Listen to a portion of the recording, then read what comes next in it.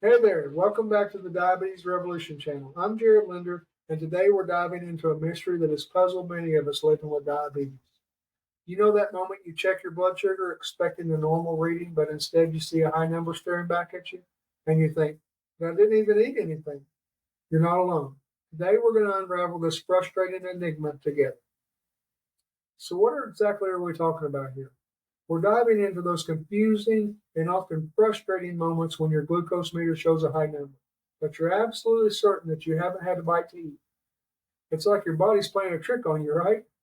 Well, these unexpected blood sugar spikes can leave you feeling confused, worried, and maybe even a bit defeated. Don't worry, because knowledge is power, and that's exactly why we're here today. So you might be wondering, why does this even matter? Understanding these unexpected spikes is crucial for managing your diabetes effectively because it's not just about food. Your body is a complex machine, has various factors that can influence your blood sugar levels. And by unraveling this mystery, we can take a more holistic approach to diabetes management. Now, this knowledge will empower you to make informed decisions, adjust your strategies, and ultimately take better control of your health. So, how does this happen? Well, we're about to explore 5 surprising reasons behind the mysterious highs. And don't worry, we won't leave you hanging. For each cause, we're going to also cover a practical strategy to help you tackle it head on. By the end of this video, you'll have a toolkit of solutions to experiment with to find out what works best for you. So before we dive in, I want to take just a moment to acknowledge something. Have you ever felt frustrated or confused when seeing those unexplained numbers on your meter? Maybe you felt a pang of guilt, wondering if you did something wrong, or perhaps you felt discouraged, thinking your efforts to manage diabetes weren't paying off. I want you to know that you're not alone. I've been there too, and so have many others in our diabetes community. It's a common experience, but it doesn't have to be a constant one. So let's figure this out together. All right, to get to the nitty gritty, here are 5 reasons why your blood sugar might be high, even when you haven't eaten. First up, we'll talk about the liver. Imagine your liver as a sugar factory and storage unit combined. Even when you're not eating, your liver is hard at work, releasing glucose into your bloodstream to keep your energy levels stable. Now, for most people, this process is finely tuned, but if you have diabetes, your liver might be a bit overzealous, releasing more glucose than you need. Now, this is particularly common during the night or early morning hours because your body's thinking it needs energy for the day ahead. It signals the liver to release some of its stored glucose. With people without diabetes, this is balanced out by their insulin. But for us, it can lead to those puzzling morning highs. Number 2, let's address the elephant in the room here, stress. When you're stressed, whether it be from work pressures, family issues, or even stress managing diabetes itself, your body releases hormones like cortisol and adrenaline. These hormones tell your liver to release more glucose, preparing your body for fight or flight. The problem is, in our modern world, most of these stressors don't require physical action. So that extra glucose ends up floating around in your bloodstream, raising your blood sugar levels. It's kind of your body's way of helping you deal with stress. But for those of us with diabetes, it complicates our management efforts. Number 3, have you ever noticed that your blood sugar is higher in the morning, even before breakfast? Welcome to what we call the dawn phenomenon. So as morning approaches, your body releases hormones like cortisol, a growth hormone, that can help you wake up. It's kind of like your body's natural alarm clock. But the catch here is these hormones can cause insulin resistance, which leads to higher blood sugar levels. It's kind of like your body revving up its engine before you even start your day. And for many people with diabetes, this results in a higher morning blood sugar, even if they went to bed with a perfectly normal reading. Now, number 4 is one that might surprise you, dehydration. Because when you're not well hydrated, the glucose in your blood becomes more concentrated. It's not that you have more glucose, it's that you have less fluid diluted. So think of it like this. Imagine you have a glass of juice. If you drink half the juice but don't add any water, the remaining juice will taste sweeter because it's more concentrated. The same principle applies to the glucose in your blood. When you're dehydrated, it can lead to falsely high blood sugar readings It can make managing your diabetes even more challenging. Number 5. So lastly, let's talk about something that we all do or should do every day: sleep. Poor sleep quality or not getting enough sleep can have a surprising impact on your blood sugar levels. When you're sleep deprived, your body becomes more insulin resistant, meaning it can't use insulin as effectively to manage blood glucose. Additionally, a lack of sleep can increase the production of stress hormones like cortisol, which we've already talked about, can raise our blood sugar. So those nights of tossing and turning might be showing up on your glucometer the next day. It's a vicious cycle because high blood sugars can make it harder to sleep well, which in turn can lead to high blood sugar.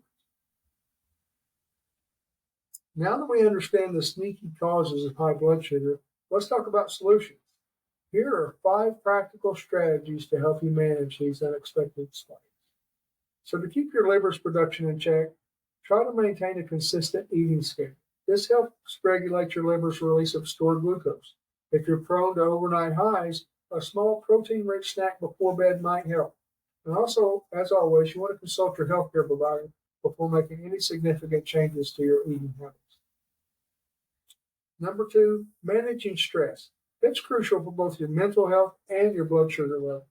As you incorporate stress reduction techniques in your daily routine, your blood sugar levels can stabilize even with those morning spikes. And this could be as simple as meditation, some deep breathing exercises, or even a short walk. Regular exercise can also help your body better manage stress hormones. But taking care of your mental health can be just as important as managing your blood sugar. Number 3, to combat the dawn phenomenon, try to incorporate some light exercise into your evening, like an after-dinner walk. This can improve your insulin sensitivity for several hours afterward, potentially reducing the impact of those early morning hormones. And, a recent study that I read singled out diabetics, and it was looking for the best time for diabetics to exercise. And they found a substantial difference in if the diabetic exercised between 6 p.m. and midnight, their overall blood sugar control was dramatically improved. So another little tip, but an after-dinner walk could be just what you need to help with that dawn phenomenon. Number 4, staying hydrated a priority is huge. For some people that may be 8 glasses of water a day. For some people it may be 64 ounces. Work with your provider and your health coach to figure out what that number is for you. But whatever you do to prevent dehydration, it's not only going to prevent those blood sugar related spikes, but it's also going to be great for your overall health. So anything that you can do to prioritize hydration and to keep that number consistent is going to help you in all areas of your health, including your blood sugar spikes. So, and number 5, finally, prioritizing getting a good sleep. It has to be part of your diabetes management plan. You're aiming for 7 to 9 hours of quality sleep. Establishing a consistent sleep plan is huge. Even on the weekends, it's going to help you get more quality sleep during the time that you are sleeping. So establishing that routine is a big deal.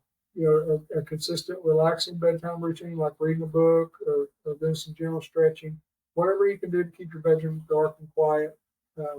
Limited screen time before bed. We know that, 30 minutes up to 2 hours is even better. But anything that you can do to prioritize sleep, to enhance your sleep, and all these, you won't take all these at once, but just grab one of them and work on it a little bit for a week or two, and then work on another one, and just keep working it out. But, so we've covered a lot of information, and I don't want you to feel overwhelmed, but I want you to remember that managing diabetes is a journey. It's not a destination. And I kind of have a little bit of a simple plan for you to start applying what you've learned today. So this week, like I said, just choose one of these strategies to focus on. Maybe working on hydration. And then track your progress. Write down on a piece of paper or in a journal or on an app, and then note your blood sugar levels and see how you feel. After about a week, evaluate your results. Did you notice any changes in those mysterious highs?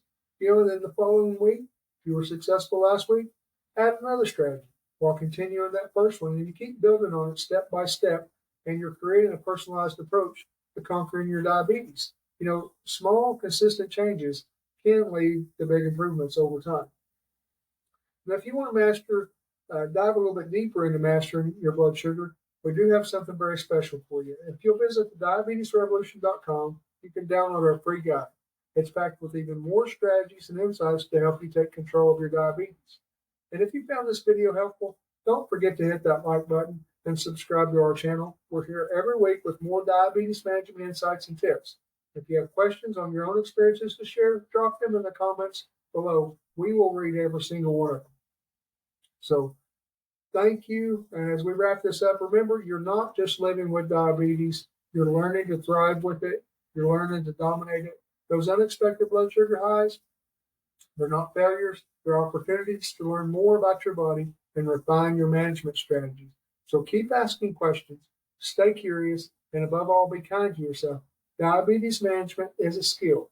And like any skill, it gets better with practice. You got this, and more importantly, you've got us, your diabetes community, cheering you on every step of the way.